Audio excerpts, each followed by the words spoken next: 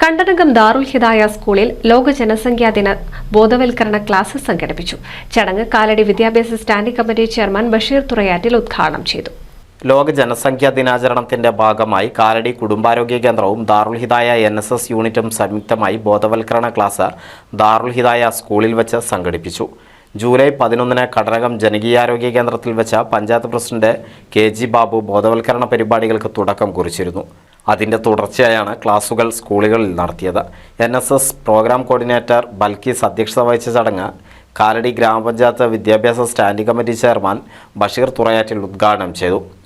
ദാറുൽ ഹിദായ അധ്യാപിക ഷെറീന പരിപാടിയിൽ സ്വാഗതം പറഞ്ഞു. തുടർന്ന് കുട്ടികൾക്ക് ബോധവൽക്കരണ ക്ലാസുകൾ സംഘടിപ്പിച്ചു. Panchayat councillor Farsana, junior health ഇൻസ്പെക്ടർമാരായ Swapna Sathyan, Praveen, junior public health nurse Jisha എന്നിവരുടെ നേതൃത്വത്തിലാണ് ബോധവൽക്കരണ ക്ലാസ് നടന്നത്. ജനസംഖ്യ വർധനവ് പ്രശ്നങ്ങൾ, കരിയർ കൗൺസിലിംഗ്, ഇമ്മ്യൂണൈസേഷൻ, പകർച്ചവ്യാധികൾ എന്നീ വിഷയങ്ങളെക്കുറിച്ചും വിദ്യാർത്ഥികൾക്കായി ക്ലാസുകൾ നടത്തി. സ്കൂൾ അധ്യാപിക അസിത കുമാരി, ആശാപ്രവർത്തക ജാനകി, സ്കൂൾ വിദ്യാർത്ഥികൾ എന്നിവർ പരിപാടിയിൽ പങ്കെടുത്തു. NCV news Edappal. 1000 വിവാഹങ്ങൾക്ക് ഒരേ ഒരു ബ്യൂട്ടി